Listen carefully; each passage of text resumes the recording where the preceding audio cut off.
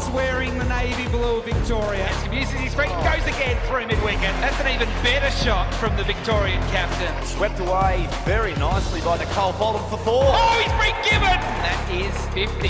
The man from Northcote. Hello everyone, welcome to the latest edition of the Vic State Cricket Podcast, and I have got a very talented athlete, former athlete, now coach with us to start the new season of the Vic State Cricket Podcast, and I speak of Jess Duffin. Jess, welcome. Thanks for having me. Would you call yourself a dual athlete or just someone that loves cricket and footy? Yeah, I think I'm just lucky that I was able to play both. Probably not going to be able to do that as much now as an 18-year-old, but yeah, I'm not sure. Probably dual athlete, but how you deem that, I guess it's up to you. Well, you played professionally in footy and cricket and at the same time, so there's not too many that have been able to do that, particularly successfully as you did. Yeah, I think, like I just said, I don't think it's going to happen a lot now. I'm very fortunate that I was able to do it. Pros and cons of both being in a position where you're full-time now in cricket and in footy to when I was part-time. So I kind of had an outlet for both because I could go from footy to cricket and I wasn't too focused on one at a time, which again can be a good and bad thing. But yeah, I don't think it's going to happen a lot. So you sort of encounter things later than the likes of, say, Peter Bedford, Craig Bradley's. They're sort of the two that come to mind that were trying to do both at the same time, but you obviously had it a little bit later. Is it a good thing for women's sport that you can't do both because of the professionalism of the two sports? Yeah, that's how I would see it, definitely. Just the way that obviously both sports are going at the moment. Cricket's obviously flying and footy's right behind it. So, yeah, I think just being able to do it full-time, have full-time access to coaches, obviously then allows the skill to get better also, and I think we're seeing that in the AFLW space at least. So, yeah, I think just having that full-time aspect to everything, being able to access everything is a benefit. We'll talk about the challenges of trying to do both a little bit later on, but what had you loving sport the way that you had from such a young age? Well, my dad and brother. My brother was a little bit older, so there was always that competitive spirit, I guess, is what I'll call it. But I think those two just loving sport and being involved in sport, just locally, not anything too high, but just being able to watch them. My brother probably didn't like the fact that I was trying to be just like him, but that's pretty much what I was trying to do. I was trying to just be my brother and play as many sports as I could. Had two sisters as well, but as much as they tried really hard. My little sister's good at footy, not so much probably the cricket element. And my older sister, she's just a good netballer, I would say. But yeah, so having those kind of siblings around, just being able to play lots of sport, and them really supporting me once I got going into my career was very helpful. So it wasn't just cricket or footy, it was every sport possible? Every sport possible, yeah. Cricket and footy were the two bigger ones, but I also played soccer, I played hockey, just anything really that I could get out and just, other than doing schoolwork, if it got me out of school, I was happy to go and participate. Well, who were your heroes growing up when you were out in the backyard trying to take on your brother or your dad or whoever it was? Yeah, well, Mel Jones was a big one. Yep. She was just a very good cricketer, all-round cricketer, but I just really enjoyed watching her field. And that's probably where I got my love for fielding as well, just being able to look at her and the way that she went about fielding and just diving and stopping everything. That's kind of where I got my inspiration from when I was fielding. And then probably Plugger Lockett was a good one for footy. He was obviously at St Kilda, and when he moved to Sydney, I moved with him. And then I came back once Paul Kelly had left, because once Plugger left, I was a Paul Kelly fan. So once he kind of left, I'm now back with St Kilda, which maybe I shouldn't have done, but yeah, back there. Very good. So growing up, when did you get to that point where you thought, I'm actually more than all right at this? Oh, I don't think I ever did, to be honest. Okay. I was obviously playing state cricket Victoria, and I was lucky enough to go through the whole pathway playing for Victoria. And then I was extremely lucky getting picked at 17 to play for Victoria. So at 17, I never thought I was ever good at it until kind of getting picked in that team. And then just feeling like a very small fish in a very big pond with the players that I was playing with at the time. So I probably never thought I was ever good at it. I just really loved it. And I just felt like I was fortunate enough to be playing in all of it. And then, I suppose once I got picked for Australia, not long after that, the kind of reality of, okay, maybe you are good at this sort of set in. But, at the time I kind of just thought it was just another thing to do. I never thought about playing for Australia, to be honest, until I got that phone call. So, I was very lucky to have that opportunity so young. Yeah. So when you were growing up, you were you in I think the state primary schools team for cricket. How did that process happen for you, and how many people were trying out for it? And I'm just interested in the dynamic even at school, because things have changed so quickly when it comes to cricket for boys and girls in the space of probably absolutely. 15, 20 years. Yeah. So what was it like for you growing up in the school? Yeah, were you trying to take on the boys, or were there other girls that were playing cricket? How did how did that all sort of, find yourself in that team? Not too many girls were playing. I was probably one of the first girls to actually be allowed to wear pants. My mum at the time went in and fought for me to wear pants for sport, because otherwise you were in a skirt. So I kind of fought for having the ability to wear pants just so that I could go and play footy and cricket with the boys. Sometimes they liked the fact that I was around and playing. Other times they didn't enjoy it so much. But it was actually my PE teacher that came up to me and asked me, had I even known that was a thing? And I said, no, I had no idea what she was talking about. So she was the one that kind of pushed it along for me. So again, like without her, I probably wouldn't be sitting here today. So I'm not sure what the process is today. But definitely my PE teacher just came up to me and asked me what I was doing and if I wanted to go and trial, which I did. So thankfully Miss Morrison is her name. She got me involved in that. But and then when I went down there, I had no idea what I was doing or anything like that. Dad took me down and had to go out and buy all the gear for me so that I could go trial. But, that's where I met the likes of Elise Filani, Emma Ingles, those sort of players that were there and came through the system with me. So, again, very lucky to be a part of that so early. Was it a challenge in the schoolyard, girls playing cricket as opposed to girls playing netball or girls playing tennis or whatever? And I'm not trying to stereotype, but that kind of was what it was like back then. It was...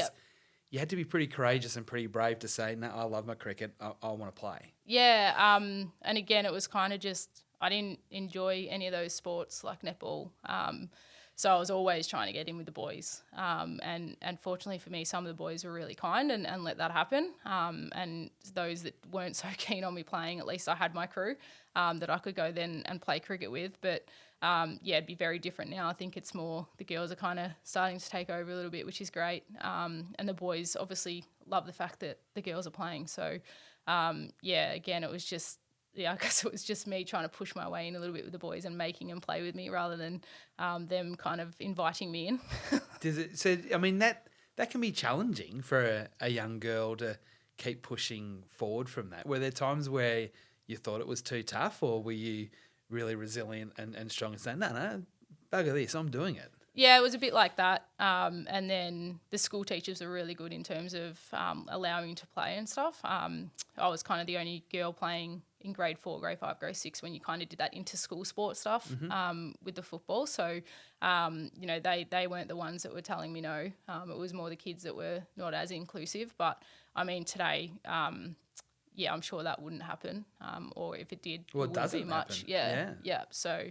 I kind of just forced my way in a little bit.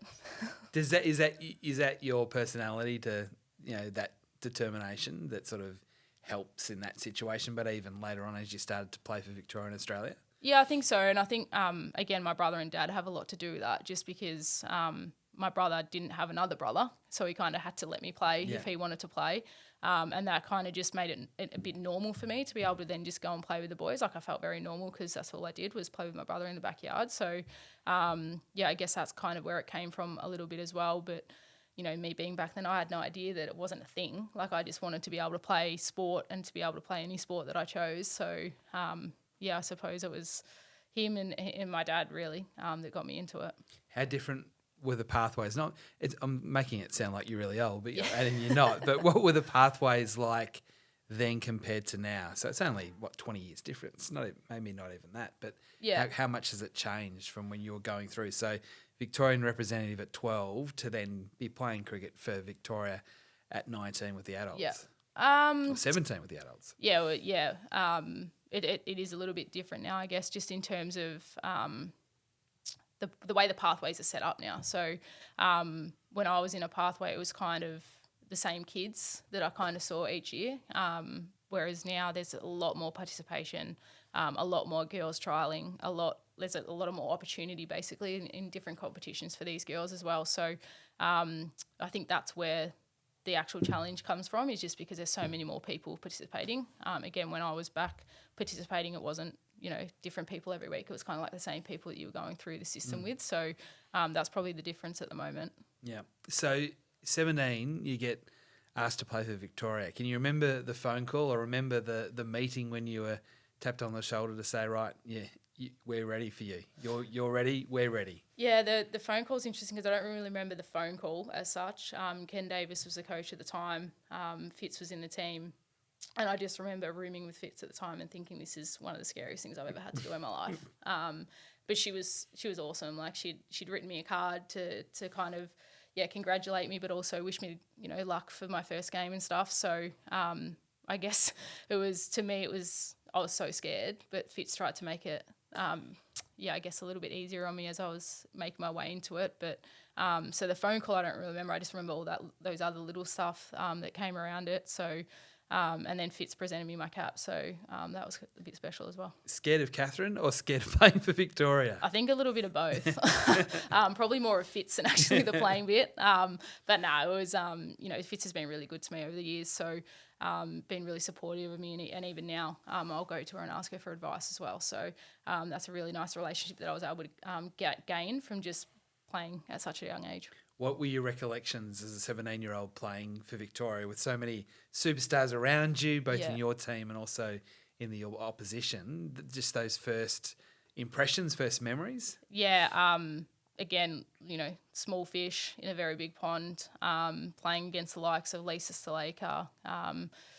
It was just, I did play in Sydney for that first one. So, it was just incredible looking around and thinking like, how am I here? I didn't even know this was a thing, a few years back. So how am I here now? But, I guess it was just a case of, well, I am here now. What do I need to do to kind of stay here? But at the same time, the reality was I didn't know. I was so young. Mum and Dad used to just say to me, enjoy it while it lasts, because you just don't know when it's going to be the end. So I think Ken Davis had a lot to do with just pushing me in a direction that saw the higher standard. I probably came in, I wasn't fit, didn't look like a cricketer, needed a lot of change. And he was one that kind of just suggested that I started doing it then, because I would probably find my way out of the team pretty quickly. So just learning off the likes of Fitz and Mel Jones, and then playing against like Karen Rolton, who now I wouldn't have a problem having a conversation with her, but back then I wouldn't have gone anywhere near her just because of the fact that it's Karen Rolton. So I guess that's kind of the first kind of memories. What was more impressive, the fact that you debuted at 17 or the fact that you were able to keep playing? It wasn't as though you had a couple of games and then dropped out. I think you played 11 games in that first year, which is an incredible achievement as a 17-year-old. Yeah. And again, it was just having the backing of the coach.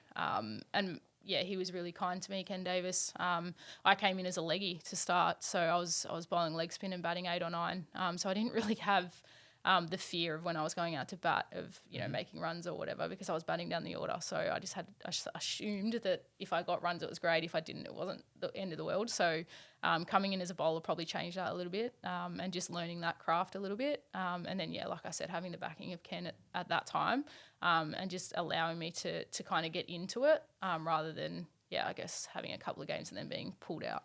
Were there other younger players of similar age to you, teenagers, under 18s that were playing in the team that made it easier, or were you the sort of one out? No, there was Emma Ingles was still around, and she was playing at my club as well, so that often helps. And then I guess around training there was still the likes of Elise Villani as well, who, has been one of my good mates for this period of time, and same with Emma Ingles. So I guess it was easier when a couple of people and a couple of familiar faces are around. But it was definitely a bit overwhelming at the time.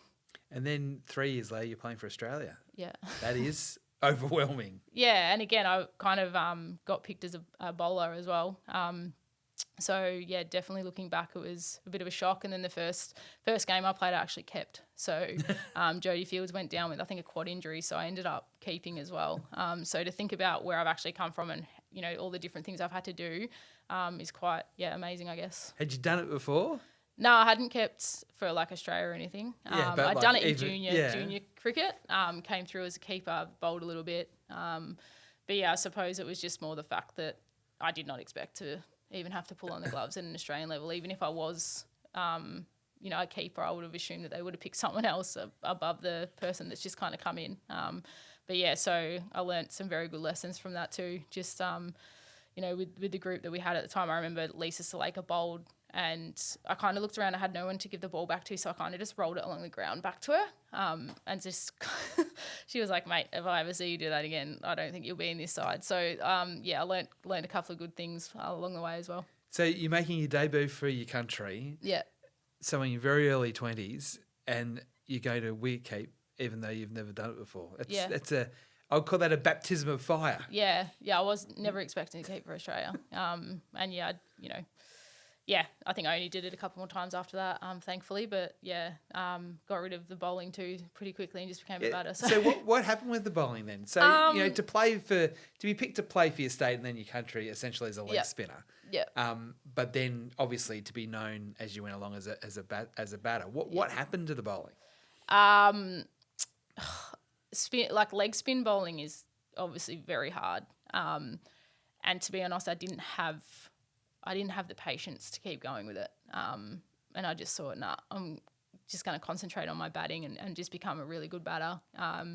And then, I guess it was, if I look back again today, I'd probably keep the bowling because you have to have a couple more strings to your bow than just one skill. I even remember having a session with Shane Warne one day and just thinking like, how am I here when I don't even want to bowl this? Like I just genuinely don't want to bowl leg spin, but I'm here bowling with Shane Warne in the nets. And he's giving me all these tips. And then I reckon it wasn't long after that I wasn't bowling at all. It was kind of a funny thing to look at, yeah. What was he saying to you? What were the sort of tips that he was giving you? His biggest thing is just to try and turn it as much as you can.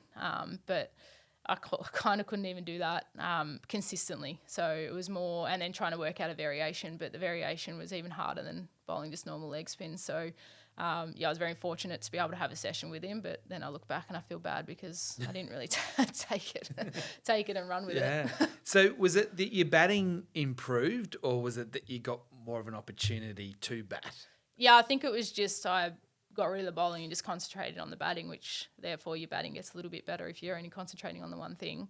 And that's kind of, I thought, I really love batting and I want to bat higher. So the way that you do that is you have to make runs and you have to be batting.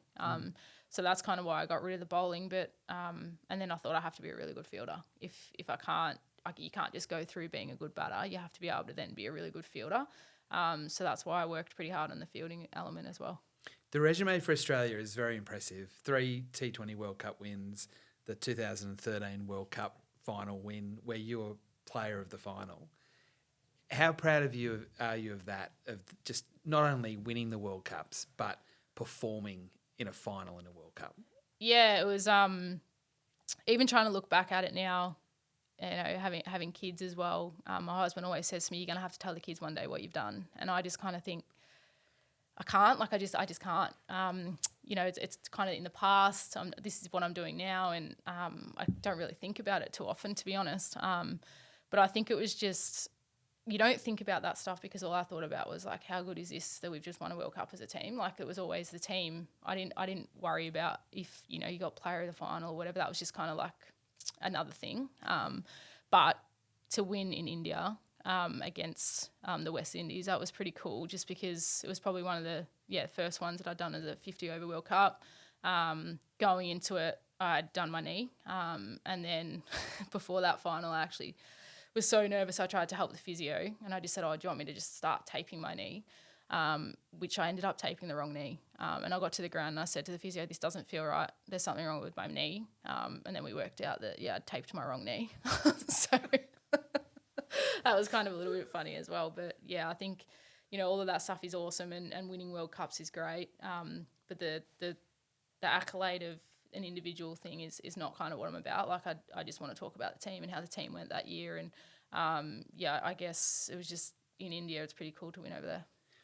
I get what you've just said, but I still, it is very impressive. It's like a Norm Smith medal. Like, athletes are often judged in the biggest games of all to see whether they can perform, and you did. That's something to be very proud of. Yeah, it is. And again, I'll probably look back at it a bit more fondly in a few more years when I'm trying to explain it to the kids. But yeah, I think that was obviously two World Cup finals, and then to be player in the match in two of them. I don't think looking back that you can kind of just gloss over that. I think it was a great achievement, and anytime people want to perform, you're right, it's in the finals. But yeah, again, it was just more the whole time I was just thinking about what am I doing for the team? How am I doing this? I'm a batter. I need to make runs, basically. And then I was really angry when I got out because it was a full toss that I hit straight down square leg's throat. So for how many? The 50 over World Cup was 75. But I was pretty spewing about that. So is it the fact that if you focus so much on the team, it makes you perform better? And I'm probably skipping forward a little bit, but even when you were the captain of the Melbourne Renegades, you had an incredible year. Yeah. When you were captain, when it was perhaps more about the team than about yourself. Yeah, and I probably didn't really understand that until captaining for the Renegades. Because you're right, I that's all I could ever think about was the team. What am I doing for the team? Who's bowling now? Because that's better for the team. If we had to change the batting order, that was due to what the team needed at the time, and often it was actually myself that was going up or down the order. So working with Tim Coyle at the time was really good, just to work out that actually it is very much about a team. I know that we say that cricket's a team sport, but it's also very individual. But to understand the actual team element of it, I feel like you don't then think about your own sort of thing, because you're always thinking about what can I do for the team, which is really hard sometimes when you're not in that. So probably captaining was a good thing for me without knowing it at the time. How do you coach that? Because there'll be a lot of people listening to this that are junior cricketers, junior cricket coaches, through to senior players, that whole mentality shift where don't worry about yourself, worry about the team, and the rest takes kind of care of itself. Is that a personality thing, or is it something that you can learn? Yeah, it's a good question. I'm obviously doing the pathway stuff here at Cricket Vic at the moment. I'm trying to think about that stuff for the kids coming through as well, and how to kind of coach around that, or just to try and even get them to recognise the team element to it, because it is very individual. Especially when you rep teams where you're trying to get in teams and all these sorts of things where it is very much about you. Yeah. So it's quite a hard one, and especially at that age in the pathways when it's a be all and end all, isn't it? Like they think that if they don't get picked this year, they're never going to get picked in anything ever again. So just trying to maybe understand that the team element in terms of where you might be batting at the time is actually beneficial for you, but also beneficial for the team. So just looking at it in ways like that, I suppose, but it's very hard. In cricket at least, Yeah, definitely. I want to ask you about your big score, his debut century for Victoria, where he scored 128 from just 68 balls. Yep. How much can you remember of that innings? Because it's a debut century for Victoria. The Australian stuff was sort of happening at the same time, not the World Cup triumph, but just before, that happened just after. That's incredible. Yeah, that was against South Australia, at Camberwell, which is a very small ground. If no one knows where that is, it's very small, smaller than the Junction, smaller than North Sydney, I think. So it's a very small ground out there. But if I'm being honest, that game is actually the reason I remember that game is because we made over 400, and back then you had double bonus points. So if you could do the double bonus point, that's kind of what you're aiming for. Getting 400, you're kind of thinking like we're in for a good chance here. Well, then Lauren Ebsbury came out and made 100, and we got told off a little bit, is how I would put it, by the coach, because we didn't make enough runs, so therefore we didn't get the double bonus points.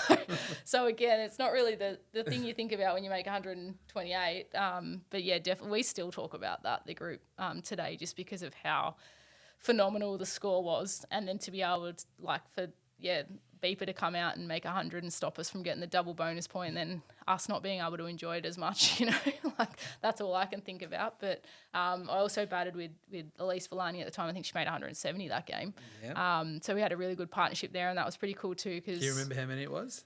It was 100. The partnership, or I don't remember the partnership. 195. Oh, okay. Well, it was probably my fault. I think I got out first. So sorry, June. But yeah, I think just thinking about that and just, again, she was a teammate, but also we played a lot of club cricket together. We'd gone through the pathway system together.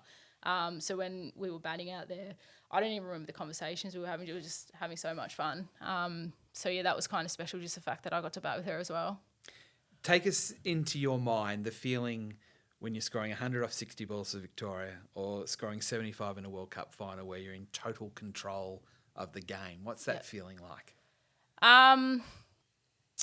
Yeah, it doesn't happen very often. I think, again, you're not thinking about cricket the whole time. It's other things that you're thinking about, even talking to your partner at the other end. You're not talking about cricket just because you're not in that. Like, you just, how good is this? We're out here, Junior and I, making, 195 partnership, not talking too much cricket, I can tell you that, and just being able to enjoy the time that you have out in the middle. It kind of just feels like everything's blurred, so that you don't necessarily remember the crowd, you don't necessarily remember the people you're playing against, because it's all kind of blurred because you're in that like little moment with your teammates. So, which again, doesn't happen very often, but it was pretty cool to do with Junior. And the challenges you touched on a little bit about your knee injury, which I want to ask you more, and then obviously the challenge around cricket or football. So firstly, with the injuries, and there's so many female athletes that unfortunately have to face that knee issue. Take us through what happened and how much of an impact that's had on you. Yeah, I'm so fortunate that the knee injury is probably the biggest injury I've done. Like, I've done a hamstring and stuff before, but it's never to the point where I'm out for any more than, a month. So I'm very, very lucky. So touch wood, like I'm pretty lucky there. But yeah, it was so innocuous, I guess. Like, it was just went to change direction, and I felt a click in my knee, and then went to take off again and kind of just collapsed. So it wasn't an ACL, but it was just my meniscus tore, which meant that they just had to go in and clean it out. So again, very lucky in terms of, I think I was a month out. I missed 150, or I think it was 2 back then. 2 kind of 50 over games for Victoria. But again, so lucky. I did my shoulder, and it was a period where I was playing for Collingwood at the time. It was the end of the first year, so I then went and got my shoulder done. So I only really missed one kind of season of like what the VFLW is. So it's extremely lucky to not miss too much. Yeah, until I had the kids, but that's a different. It's not really an injury. No, that's right. So and I'm fascinated to talk to you about this, about the juggle between footy and cricket, because it was big news at the time to essentially give away an international cricket career to go and play another sport. Yeah. Was that a difficult decision to have to make, or an easy decision that you just had to, itch that scratch? I think any time that you're not wanting to play for your country is an extremely difficult decision. I was probably in a place where I wasn't sure if I was enjoying my cricket anymore. And then I got a sniff of the AFLW coming in, and I thought, what a better way to just go and try and find out where I am and what I actually enjoy. So that's the reason why I went back and started playing local footy, and then in the hope of getting drafted. But definitely the fact that it took me a while to let people know how I was feeling and what I wanted to do, which probably in the end caused a few more headaches, just because I was leaving it so long before I just made a decision and just went, no, this is kind of what I want to do. So Matthew Mott was the coach at the time for Australia, and I had a few conversations with him just around, I think I need to do this, and he was very supportive of that. And it was kind of like he'd kind of just come into it as well, so I didn't have a really good relationship in terms of a long relationship. He'd only kind of just come into it, but still being so supportive of, if that's what you got to do, you got to go do that. And then sort of put the support network in around for me. But I think it was just hard because the decision wasn't hard for me in the terms of what I was doing and how I was feeling. It was more my family and those people that kind of come and support you. And now they've got nothing because they're just like, oh, what am I going to do now? I can't go watch cricket because you're not playing. It's like, well, there are other people playing, but I get that. So sometimes the decision was actually harder because I didn't want to let my family down or let the people close to me down that were coming to support me. So yeah, that was probably the more difficult decision, just around, do I do this because of my family or are they going to get really upset because they can't come watch me anymore? Yeah. But then turning my attention to footy, they obviously were loving that as well. But yeah, I think, and again, when I actually finally retired, it was again, is this going to actually destroy them because they've got, like, what now? Like, what now do we do? So yeah, I suppose that was the difficult decision around that. So being such a team-orientated cricketer, Yeah. what about telling your teammates, your Australian teammates, that, hey, I'm not going to play with you anymore. I'm not going to play the sport anymore. Were you nervous telling them? Were you worried about the reaction? Well, to be honest, I didn't really get that chance to. So once I'd made the decision to go and play footy, because it was kind of like you kind of went away, and then after the tour, you didn't really see your Aussie mates until the next kind of lead up to the tour. Yep. So there's like months in between, not like now where they're probably seeing each other, every second week or whatever, but it was a bit of a longer period of time. So I actually never got the chance to tell them as a group. I made a few phone calls to those that were close to me and just to let them know that was my decision. But in terms of an actual group setting, I didn't have to do that, which I'm not sure was a good or a bad thing. The sport itself, because this was a very volatile time with cricketers leaving to go and play football, netballers leaving to go and play football. Yeah. It was volatile. How did the sport react to it? I'm not really sure, to be honest. I don't remember too much coming my way. But I think you're right. I think it was a kind of like not a wake-up call for cricket, but it was more just the fact that there are now other sports out there for women and for female athletes that if they want to, they can go and play. So I think it was more just around, okay, what are we doing in our own kind of space to make sure that when we have these athletes that they kind of stay, which is what AFLW are kind of doing now, because the same thing's kind of happening. Like with sports going to full-time, eventually someone's going to have to make a decision. So, yeah, it's probably harder for those kids now. Yeah, definitely. And then you tried the juggle of both, and the lure of the WBBL as it became what it is now, essentially. Was that a lure to sort of want to be part of that? How did that all come about? Yeah, again, it was just I was playing footy. I still loved cricket, and I didn't have that cricket fix anymore. So, yeah, I looked to come back. Obviously stepped away from the first year. I was supposed to be going to play over to Perth and play for the Scorchers. And that's when I pulled out of everything. So again, they were also supportive. Like Christina Matthews was CEO at the time, and she was very supportive of me not doing it and not playing and just thinking about me for once. But then the second year, I obviously came back and played for the Stars. And it was just a matter of I really wanted to make sure that both were quite clear on where I was and what I was doing at the time, and that they were both comfortable in me doing that and working kind of together. If anything kind of came up from cricket, it was always, all right, well, we've got to let footy know and vice versa. And I was very fortunate because the seasons didn't cross over as much. So it was always just the lead up to or what I was doing away from both to make sure that my body was right and that I was getting what I needed. So they were extremely great. Like Collingwood was awesome with the Stars to start, and then obviously Collingwood and the Renegades, and then North and Hawthorn as well. So, it was kind of just making sure that both were across everything and that I was okay, basically. Were you a better cricketer doing both? Because, I mean, again, referencing back from the start of the conversation around athletes of the past that tried to do both, it was almost like doing extra pre-seasons and never being fitter and sort of balancing out between two sports meant that it wasn't too much focus or pressure on the one. Yeah. Because your results would suggest that it actually was beneficial to do both. Yeah, and again, I probably wasn't thinking about it at the time when I was in it, but definitely I think it was 2019, that season when I was captaining the Renegades and playing, I felt my fittest, and that was kind of the year that I felt pregnant as well, but I kind of felt like I was kind of being able to do both, really comfortable and happy doing both, not kind of getting in deep with either and trying to concentrate on just one thing. I had two things to concentrate on, trying to map that out. So probably, I'm not sure if it is a good thing or a bad thing because you're not concentrating on one for the whole time, but then could I have been even better if I had just concentrated on one and gone down the cricket path for longer or whatever it might be, you know? Or if I stayed with footy and just went footy, would I have been a better football player?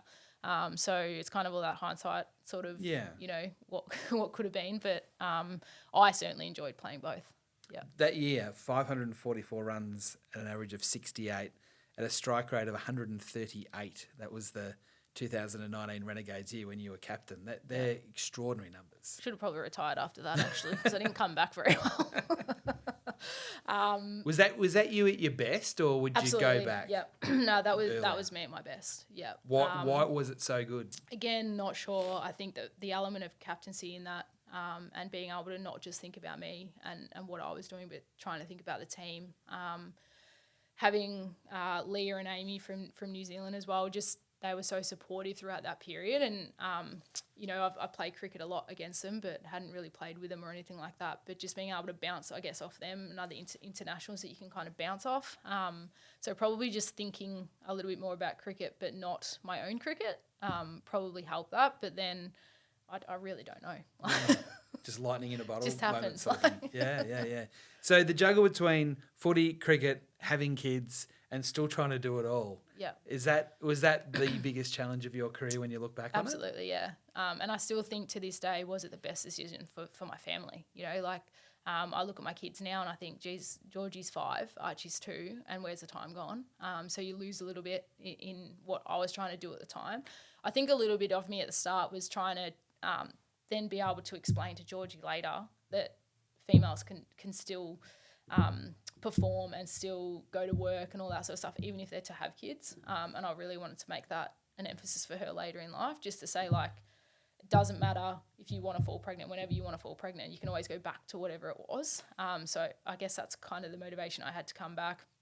Didn't really come back to plan, but that was kind of like my thinking was, I'm going to do this for Georgie and I'm going to do it for the future female athletes that are out there, to say you can still go away, you can get pregnant, you can have kids, and you can always come back, which a lot of now other female athletes are doing, and showing that, you can do it and come back. There's no reason not to, but I think it wasn't as common as what it is definitely now. Definitely. Yeah. Were you surprised at what you're able to do post-kids, or was it something you thought, no, I definitely can do this? Yeah, I would have loved to have done a bit more in terms of just my contribution to sport after that, because it wasn't that great after that.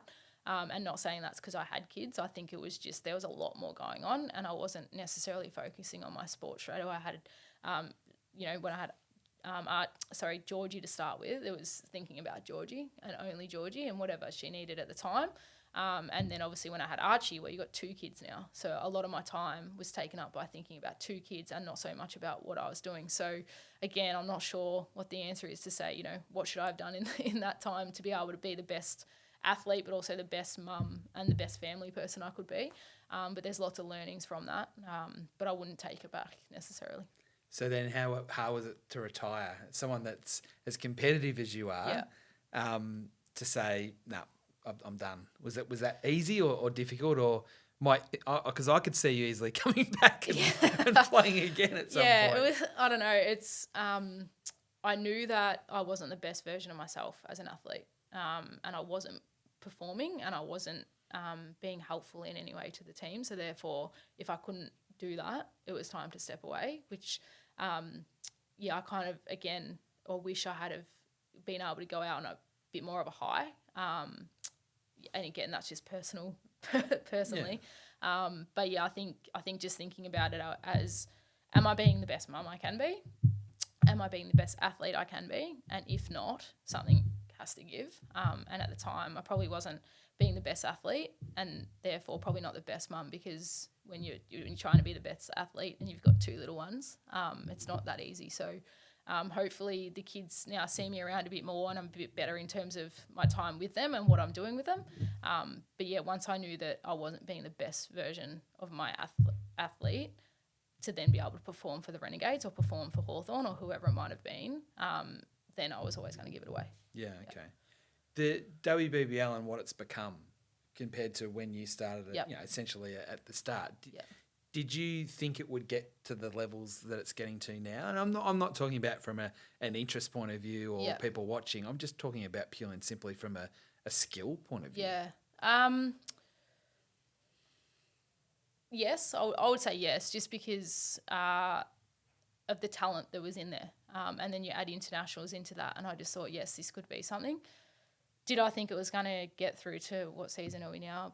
10 or 11? Probably not, just in the sense of the same numbers, the same people coming back, the same hype, all that sort of stuff. I probably thought that would have, dragged out a little bit.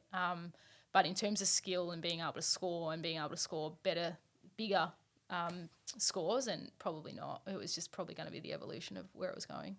What's the next evolution, do you think, in the women's game? Because we've seen, particularly batting and fielding, really go to significantly higher levels compared to where we were. Where do you think the next evolution is? Yeah, good question. Because you're seeing now in your role with Cricket Victoria, you're seeing the next generation coming through. Yeah. Well, the thing that I'm trying to, I guess, not teach the kids, but try and get them to think about is just people want to see boundaries. People want to see scores. So how is that happening? What ways can we do that?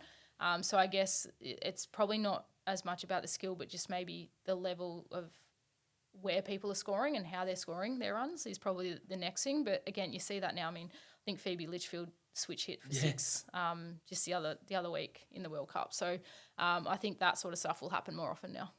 Do you miss it? Yeah, I do miss it. I've been asked if I would come back and play club cricket. And I've always said not 50 over, but maybe T20 if there was ever just a little sneaky John Farnham, comeback. But yeah, I think at the moment I'm really enjoying working with the kids in our pathway here at Cricket Victoria and, getting a little showcase of what coaching can be and if I want to do that and continue to do that. And then obviously I've got my 2 kids too, so I'm hoping that they might fall into some sort of sport that I can then go be a sporting mum. But yeah, we'll just have to wait and see what those little kids want to do. I've got a feeling they might. 2 more questions. In fact 3.